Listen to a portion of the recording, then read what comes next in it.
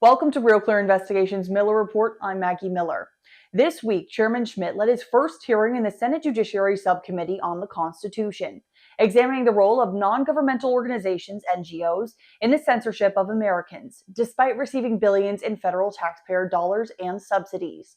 Often referred to as the Censorship Industrial Complex, the discussion centered on what many see as a direct assault on our freedom of speech. While Chairman Schmitt and conservative committee members highlighted a long-standing issue exacerbated during President Biden's tenure, liberal committee members argue that the current administration is engaging in censorship on an unprecedented scale.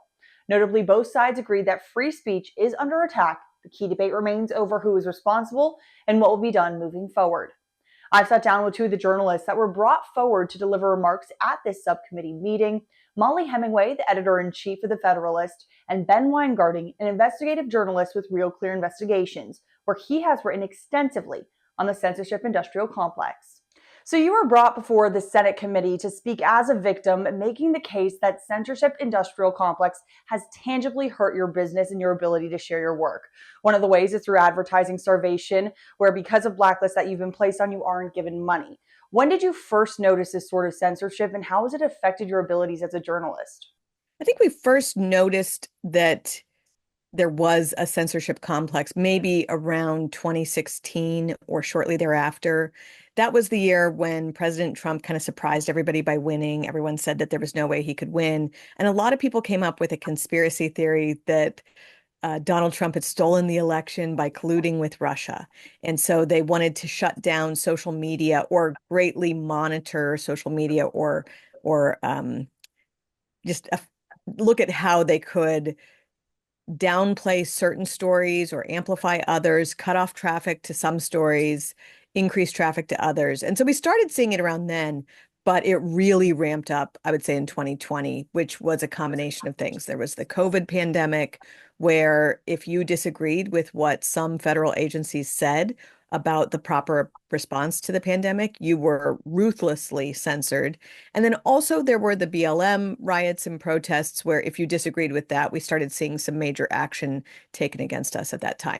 And I just want to say it culminated in that fall with the Hunter Biden laptop story, where there was a whole project to get people to not treat that story like it was a real story. They prepped members of Congress and the media that a story like that might come out, and they said, if it does come out, you should probably censor it. And so it was like the really bad year for censorship. Ben, you represent Real Clear Politics, which sits in one of the top spots on the GDI blacklist, a list that is used by many to determine advertising. Being on a list like this is a form of censorship, because instead of outright saying that you can't say something, they make it so that you can afford to keep people on staff, which then hurts the product. What is a company to do when in this position? And have you noticed this to be a problem? Well, first of all, it's a great point, and the way you frame it is a shrewd way of doing so. These quote unquote risk raters, and that's GDI and NewsGuard primarily, it's sort of sinister that they have emerged in the first place, because while on their face, these organizations present themselves as trying to channel traffic and eyeballs and the American mind essentially towards publications that are credible, use good journalistic standards, etc. These entities are really the outgrowth of a quote unquote brand safety push. And my colleague at RealClearInvestigations, Investigations, Mollie Hemingway, has written, I think, brilliantly on this. But essentially, what brand safety says is, gee, you've got a great business there. It would be a shame if something happened to it because you're advertising near what we deem to be a toxic website.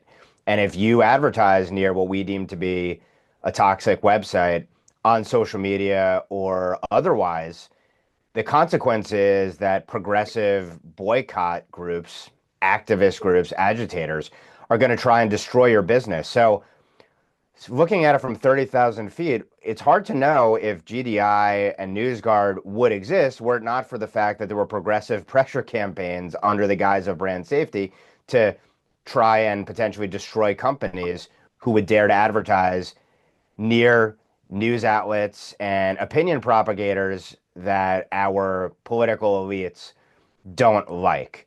Now, to level set into how it manifests itself, basically the explicit purpose of these sorts of risk rating vehicles is they want to quote unquote defund misinformation and disinformation as they define it. And as we know, oftentimes what that really amounts to is they want to characterize disfavored views as misdis or malinformation. And malinformation, by the way, is true information that leads someone to believe in a narrative that the powers that be don't like. And to your point, the blacklisting, which is really what it is, where they have these dynamic exclusion lists where they rate some sites as risky and then they whitelist other sites as highly credible. And then they shuttle these over to large brands and ad tech companies with the explicit purpose of getting them not to advertise on the bad websites, so-called, and to advertise on the good ones. And what's mind-blowing about the model is that Real Clear Politics has been targeted by both of these entities when the business model explicitly, the ethos, the mission is viewpoint diversity, to present the best of the left and the right and leave it to the American people who have agency. They don't need to be told what's good and what's not good, what's true and what's false, what opinions are legitimate and what opinions are illegitimate. They can make up their minds for themselves. That's how we view the American people. And I think there's an inherent contempt towards the American people among our elites who would say that we know best and it's our job to ensure that you consume a diet of media that we deem to be healthy. But I think just for having the gall to present both sides, Real Clear as a brand has gotten dinged by these risk raters. And I think that speaks volumes about their mission. And at the end of the day, it does make business difficult because, and the explicit purpose of these entities is to deprive media outlets of revenue from advertising. And if you're not going to do that, then you need to look to other sources, including having to raise money potentially from donors.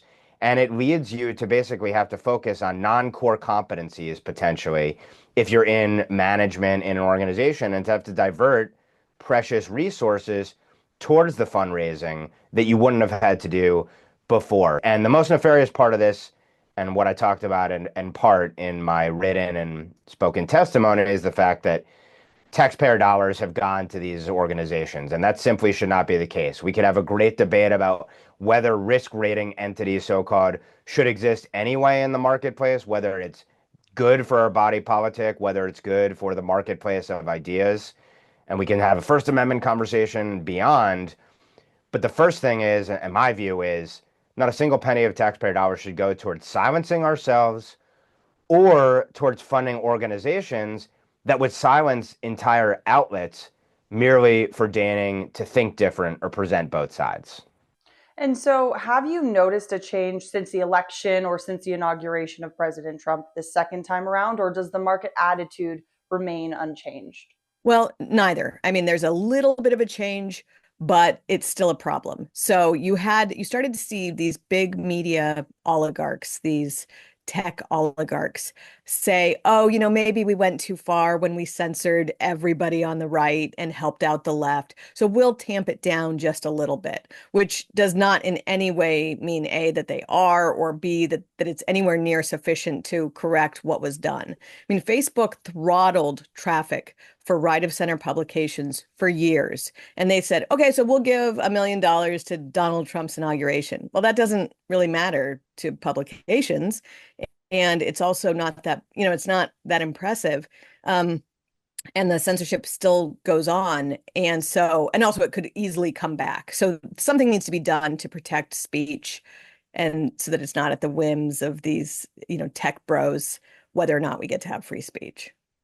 And so we're speaking after you delivered remarks at a subcommittee meeting. So what can Congress do to make sure that we have a 50-50 nation represented with viewpoint diversity? Yeah. So the thing that's interesting about the censorship industrial complex is, first off, understanding how it operates. And so there are lots of ways that the government is involved in the censorship industrial complex. You have federal agencies that sometimes help promote or help develop censorship tools, blacklisting tools. They've given money to help start those companies or NGOs, or they give grants to academic institutions. So all of that should be shut off, and Congress could make sure that they understand they have the power of the purse, and so they could shut off that funding. There's ongoing promotion of these censorship and blacklisting tools and technology that take place at a number of agencies. They could make it illegal for the State Department or other agencies or departments to promote censorship tools. And and just understanding how much that NGO environment is part of this, I think would go a long way to helping stop some of the massive amount of funding. And so you touched on it a little bit right there, but the government groups that are involved in this operation that almost in some cases may have acted as a piggy bank, what would you say to them? Well, I mean, they did amazing work supporting the censorship of speech and debate among Americans. They have funded so many of these different entities, again, whether it's universities that have disinformation centers or think tanks or NGOs. It's so many different agencies within the government too, State Department, Homeland Security, Department of Justice, all of them, HHS, they're all involved in some way. And so it should be stopped. The other big concern, though, is because Americans have free speech rights, you're seeing foreign entities be used as a way to do a backdoor censorship of American speech. So the anti-speech community has figured out that if they can change laws in Europe or other parts of the world that force big tech companies to restrict speech for non-Americans, the tools that are put in place can also help restrict speech for Americans. And so I think the US government should be much more bold about fighting back against that international assault on speech, because it goes against Americans' free speech rights. So where can we go from here? What can Congress do? What should be done? I laid it out in my testimony before the Senate Judiciary Subcommittee on the Constitution. And I sort of asked a rhetorical question during the hearing, which is, would this censorship regime have been imposed, A, had Donald Trump not won the presidency in 2016, but B, had there not been federal funding, federal coordination, incubation, direction by way of these various national strategies that the administration put forth, like the National Strategy for Countering Domestic Terrorism, which essentially made whole of society censorship a national security imperative and baked it into our policies. If you took the government out, would this whole regime exist? And I think the answer is no from its outset. Now, the challenge we're going to deal with going forward is it has been built up. The first step is starve it of government funding, government direction. And we shouldn't have to do this because the First Amendment should do its work on this issue by itself, but it obviously has not proven a barrier to those who would want to censor. So the first thing is, essentially, Congress ought to codify the Trump administration's first day executive order, which says that no one in the federal government can work on censorship matters. They can't outsource it either, so you can't censor directly or by proxy. You can't use government resources to do it. That really needs to be codified into law, in my view. Secondly, I would suggest that there need to be very severe penalties for federal officials who would dare violate those laws, because the only deterrent at the end of the day is going to be significant punishment. There's been legislation out there in the past Congress that would provide a private right of action, which would basically allow you, if you were censored by a government officer, to file suit against them. That certainly is probably one fruitful deterrent measure, and maybe easier to pass something like that in Congress than the more severe penalties that I would probably advocate for personally. And then beyond that, there needs to be substantial oversight into what happened with the non-governmental vehicles, because that is even more nefarious in some ways than government doing the censorship. It's almost an inadvertent admission of guilt that the government had to build up NGOs, fund think tanks, academic institutions, the risk raters, the fact checkers, and even for-profits. Because essentially what they did was they laundered the censorship activities through these outside actors. ultimately, the executive action that's being undertaken, the first day executive order, the State Department declaring very early on in its mission, it's not going to be in the business of targeting Americans' speech. The enforcement actions potentially being brought at FTC and FCC as well. All of these measures, I think, are very valuable and significant. And the administration also engaging in review of what the Biden administration did as well is hugely significant. The retroactive work to deter future behavior and expose it. But it has to be codified in law at the end of the day, or it may not outlast one administration. And that will be the challenge for Congress. And there's obviously a high bar in the Senate as well. So stay tuned, and we'll be reporting on all of this and much more related to the censorship industrial complex going forward. And I'll be testifying before a House committee on this very issue as well next week before the House Foreign Affairs Committee alongside Matt Taibbi, and we'll be talking about the State Department's role in these domestic censorship efforts. And then it appears that there is a change of mind with some of these major social media companies who have been really directly involved in this. Obviously, the purchase of X by Elon, Meta supposedly having a change of mind. But has their behavior changed, and what can they do to actually walk that new walk? I would say the only tech bro, I don't love that the country is seemingly like at the whims of tech oligarchs, but the only oligarch to have had any sort of free speech movement that he seems to really care about would be Elon Musk. He bought Twitter, he changed it to X.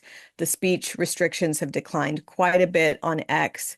What you see with these other tech bro oligarch types is more that they claim that they're changing their viewpoint as opposed to actually seeing that change. For instance, there should be restitution for those companies that were harmed by Mark Zuckerberg's activism on behalf of the left, partly which he did through the funding of 2 NGOs that were involved in the 2020 election. He gave like $430 million to 2 NGOs that were involved in the private takeover of government election offices to help Democrats. But much more than that was the shuttering of any traffic whatsoever to news outlets that contradicted his preferred political narrative. And there has, to my knowledge, been no restitution for that, no attempt to make those people whole for what he did. And so when he says like, oh, I've changed my mind, I'm saying a few things that don't really matter. I mean, it's just nowhere near enough to make up for the damage that Facebook and Meta did. And likewise, Google continues to just absolutely shut down any traffic. I can look for an article I wrote under my name with a headline I wrote at my publication, The Federalist, and I can't find it on Google because that's how awful Google is at making sure that if people are looking for news and information or to get access to an ongoing debate, that they will not get good news and information from one side of the political debate. Well, as we wrap things up, is there anything else you'd like to add? Obviously, this is an issue that is near and dear to you because it's obviously affected you, but anything you'd like to say moving forward?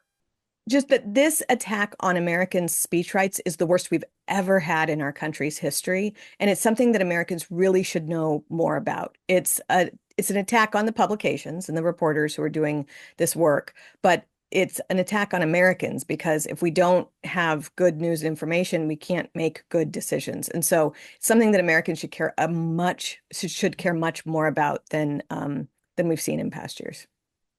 That was it for the Miller Report. We'll see you next time.